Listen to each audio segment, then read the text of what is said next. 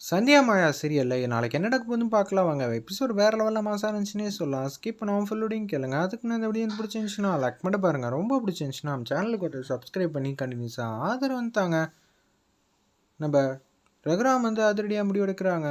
இத்தனை நாளாக மாயா எங்கள் வீட்டு பொண்ணு என்னோட பொண்ணுன்னு நினச்சி சந்தோஷப்பட்டுட்டு இருந்தேன். ஆனால் இப்போ தானே தெரியுது மாயா இந்த வீட்டு பொண்ணு இல்லை. இந்த வீட்டில் அவள் கொஞ்சம் கொஞ்சமாக எல்லாத்தையும் மாற்றிட்டா. எல்லாரோட கௌரவத்தையும் காப்பாற்றினா. எல்லாருக்கும் ஒரு நிம்மதியான எதிர்காலத்தை கொடுத்தா. அது மட்டும் இல்லாமல் சிவராமனை ஆபத்திலிருந்து காப்பாற்றினான்னு ஏன் பொண்ணா நினச்சிருந்தேன் மாயாவை. ஆனால் கடைசியில் அவள் எது நடக்கக்கூடாது, இந்த வீட்டுக்கு எது ஆகாதோ அந்த காரியத்தை செஞ்சிட்டா. காதல் திருமணமே இருக்கக்கூடாது அப்படின்னு சொல்கிறாங்க அந்த இடத்துல. ஏன் இப்படியெல்லாம் பேசுகிறீங்க அப்படின்னு சொல்லி நம்ம மாயா பேசும்போதே, முதல்ல நான் இதை எல்லாத்தையும் சொல்லிடுறேன். சத்தியமாக நான் உன்னை தனத்துக்கு அப்புறம் எனக்கு பிறந்த பொண்ணாக தான் பார்த்துக்கிட்டு இருந்தேன். எப்போ நீ காதல்னு சொல்லிட்டியோ அப்போயே உன் வாழ்க்கைக்கு முடிவெடுக்கிறதுக்கு உனக்கு அங்கீகாரம் எல்லாமே இருக்குது. அப்படி இருக்க சுச்சுவேஷனில் நான் ஏதாவது சொல்லணும்னு பார்த்தா சொல்கிறதுக்கு எதுவும் இல்லை. நீ இந்த வீட்டிலே இருக்க முடியாது. முதல்ல காதலியே நீங்கள் எப்படி வெறுத்து ஒதுக்குறீங்க? ஏன்னா பெற்றவங்களுக்கு தெரியாமல் நடக்கிற கல்யாணத்துக்கு இந்த ரகுராமும் அவன் குடும்பமும் என்றைக்கும் சப்போர்ட் பண்ணதே இல்லை இந்த ஊர் மக்கள்லேருந்து எல்லாரும் அப்படின்னு சொல்கிறாங்க. நான் ஒன்றும் தெரியாமலாம் ஓடி போலையே. மாப்பிள்ளையை நீங்கள் பார்த்து தனத்துக்கு கல்யாணம் பண்ணி வைக்கிறீங்க. அதே மாதிரி தான் எல்லாம் பண்ணிகிட்டு இருக்கீங்க. இந்த வாட்டி உங்களுக்கு பதிலாக மாப்பிள்ளையை நான் செலக்ட் பண்ணிட்டேன். ஆனால் இது நான் செலக்ட் பண்ண மாப்பிள்ளையை நீங்கள் உங்கள் சம்மதத்தோட எல்லாரும் சேர்ந்து தானே கல்யாணம் பண்ணி வைக்க போகிறீங்க. அப்படி இருக்க சுச்சுவேஷனில் எதுக்காக நீங்கள் இப்படியெல்லாம் பண்ணுறீங்க அப்படின்னு சொல்லி அதிரடியாக மாதம் பேசுகிறாங்க அந்த இடத்துல. நம்ம மாயா, நான் சொல்ல வேண்டிய கருத்துக்களை சொல்லிட்டேன். நீ எப்போ லவ் பண்ணிட்டியோ இங்கே நீ இருக்க வேண்டிய அவசியம் இல்லை, தேவையில்லை. நீ உங்கள் அப்பா இருக்கிற ஊருக்கு போய்க்க, அங்கே சந்தோஷமாக வாழ்ந்துக்க. நாங்கள் எதுவுமே சொல்லலை. இந்த வீட்டில் இருக்கிறதுக்கான தகுதியை நீ இழந்துட்டேங்கிற மாதிரி ரகுராம் பேசுகிறாங்க அந்த இடத்துல. உன்னை மாயா நினைக்கிறாங்க, நல்ல வேலை தனத்தோட கல்யாணம் காதல் கல்யாணம்னு தெரியாமல் போயிடுச்சு. தெரிஞ்சிருந்தா என்ன ஆயிருக்கும் அப்படின்னு சொல்லி யோசிக்கிறாங்க அந்த இடத்துல நம்ம மாயா. நீங்கள் ஒன்று தெரிஞ்சுக்கணும் அப்படின்னு சொல்லி அந்த இடத்துல பேச்ச ஆரம்பிக்கிறாங்க. பெரியப்பான்னு அப்படி என்னை கூப்பிடாத, கூப்பிடவே கூப்பிடாத. நான் உன்னை பெரியப்பான்னு கூப்பிட சொல்லலை, அப்பான்னு கூப்பிட சொல்கிற அளவுக்கு உரிமையை கொடுத்துருந்தேன். ஆனால் நீ பண்ணி வச்ச காரியத்துக்கு கண்டிப்பாக என்னால் சப்போர்ட்டே பண்ண முடியாதுன்னு சொல்லிட்டு அதிலேயே சொல்லிட்டு அவங்க மட்டும் போகிறாங்க. சாருமதி மட்டும் யோசிக்கிறாங்க. மகாலிங்கத்துக்கிட்ட சொல்கிறாங்க அவங்க அப்பா கிட்ட, அப்பா நிச்சயம் காதல் கல்யாணம் எல்லாம் சொல்கிறாங்க. ஆனால் என்னால் இதை ஜீர்ணிக்கவே முடியல. ஏண்டா கண்ணு அப்படி சொல்கிற அப்படின்னு சொல்லி சாருமதி கிட்ட பேசுகிறாங்க அவங்க அப்பா. ஏன்னா அவள் காதலிக்கிட்டோம் ஒட்டுமொத்த குடும்பத்தையும் வெறுப்பை சம்பாதிச்சுக்கிட்டது நமக்கு ஒரு அடிஷ்னலான வேலிடான ஒரு பாயிண்ட் தான். ஆனால் இங்கே என்ன ஒரு பிரச்சனைன்னு வச்சுக்கிட்டேன்ப்பா. ஆனால் அவள் காதலிக்கிற பையன் யாரு? அவள் ஸ்டேட்டஸுக்கு இங்கே யாரும் பையங்க இருக்காங்களா? இன்னொன்று அவள் நுனிநாக்கில் இங்கிலீஷ் பேசுவா.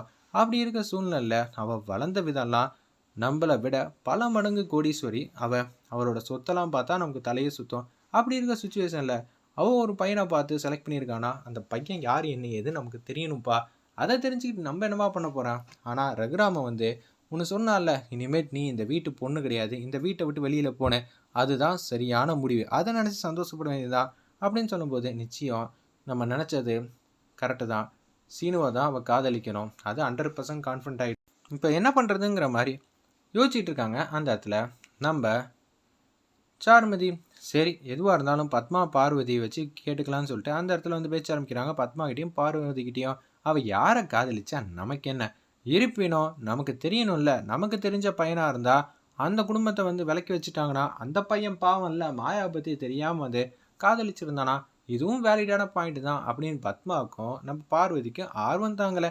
இதை கிஷோர் கிட்ட நம்ம கேட்டால் நிச்சயம் ஒத்துக்க மாட்டாங்க. அதனால் உங்கள் புருஷன் மணிவண்ணன் இருக்காங்களா, அவங்கள வச்சு தான் கேட்கணுன்னே மணிவண்ணன் குடுகுடுன்னு வர்றாங்க.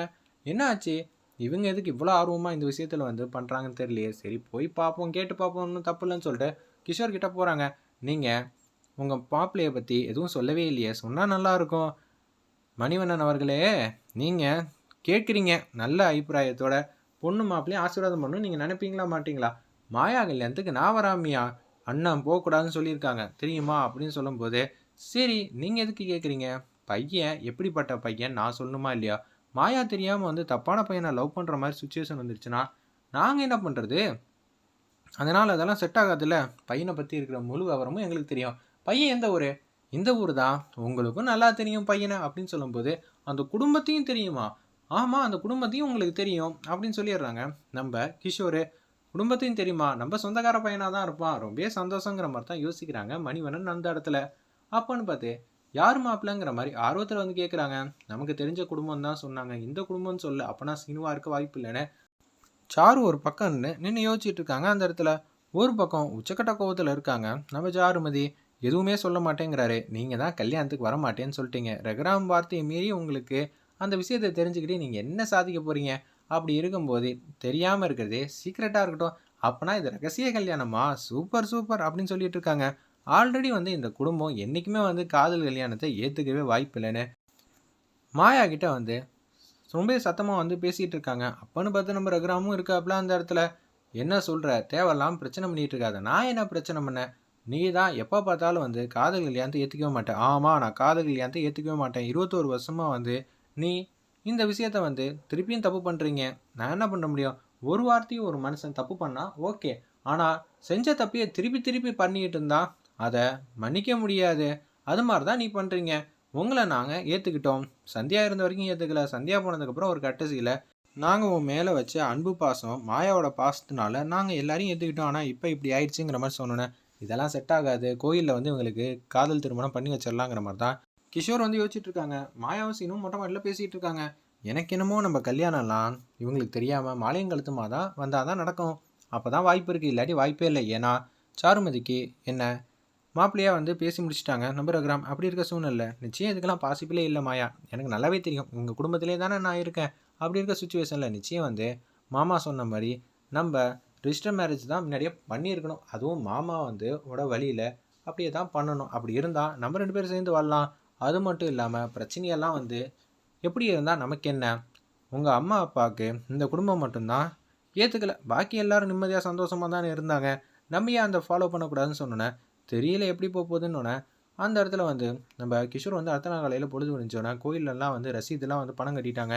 இவங்க 2 பேருக்கு வந்து கல்யாணம் பண்ணி வைக்கிறதுல ஒன்றை வந்து இந்த விஷயத்தையும் மாயாட்ட சொல்லிடுறாங்க. இந்த குடும்பம்லாம் காதல் கல்யாணத்தை ஏற்றுக்க வாய்ப்பு இல்லை. நிச்சயம் வந்து சாருமதி வாக்குறுதி அப்படி தான் சீனோட வாழ்க்கையும் ஓன் வாழ்க்கையும் விளையாடுவாங்க. நம்ம தான் ஏதாவது ஒன்று பண்ணி ஆகணுங்கிற மாதிரி அதடியாக வந்து யோசிக்கிறாங்க அந்த இடத்துல நம்ம கிஷோர். அந்த இடத்துல என் பொண்ணு கல்யாணம் வச்சுருக்கேன்னு தாம்பூலம் தட்டோட கிஷோர் பேசுகிறாங்க.